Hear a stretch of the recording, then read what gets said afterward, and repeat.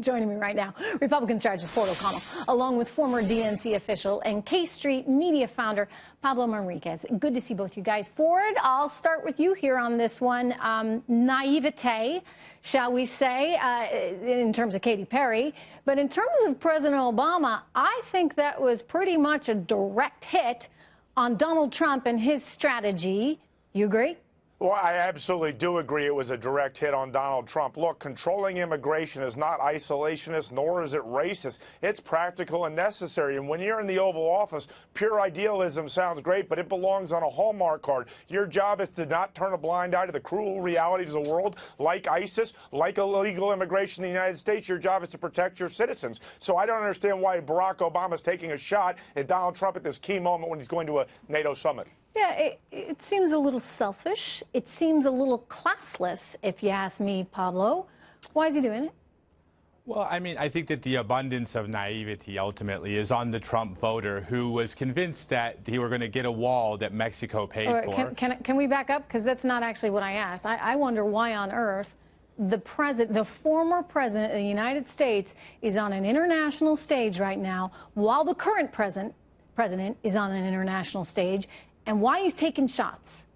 Well, I mean, to answer your question specifically, why he's on the international stage buttering up Angela Merkel before she meets with the president is because he made such a bad impression on her the first time they met that he now needs support.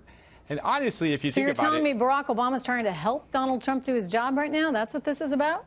I think that one of the last things President Obama said when he was still in office was that when President Trump succeeds, America succeeds. And I think he truly believes that. So, yes, to answer your question. That's amazing, Pablo, because he's done just about everything within reason to try to undermine President Trump. And we know this. Come on. I agree that when Trump succeeds, we all succeed. But President Obama has it out for Donald Trump because he, frankly, doesn't like Donald Trump. He doesn't agree with his ideology, and he doesn't agree with many of his policies, particularly on immigration and particularly on ISIS. When we discuss naivete, let's remember it was President Obama who called ISIS the JV and retreated from the world. And when he says that Trump is basically trying to enforce immigration laws, somehow he's being isolationist, that's pretty ironic and pretty rich for me. Let me just add to that before you respond, Pablo, that it was also the Democrats that were laughing about Mitt Romney talking about Russia being a threat.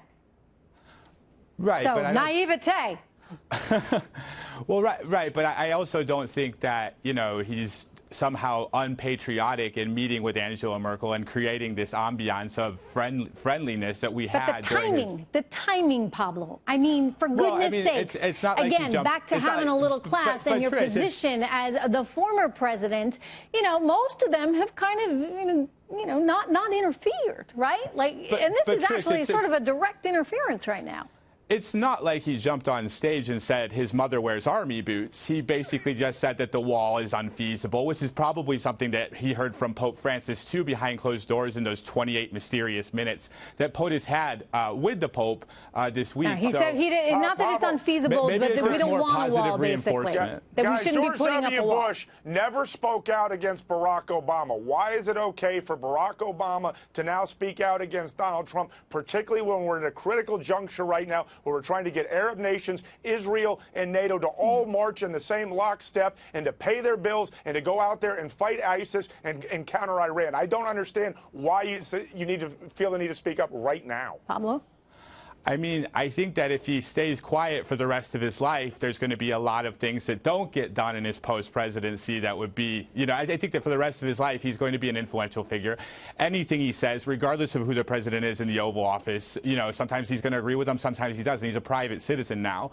But, to remark on the wall wasn't exactly like the most inflammatory thing he could have said. I think that you guys are both right. He doesn't like Trump, but he does love America, and he is going to approach any situation with a foreign leader like Angela Merkel with patriotism aforethought. Yeah, I guess I just keep going back to it's quite odd to see a former president on stage when you got the new president, the new guy, so soon into office. I mean, I use a business comparison, right? When a CEO leaves and passes the reins over to the new CEO, well, guess what? The old CEO really avoids trying to trash the new one because it's just not appropriate. Again, have some class.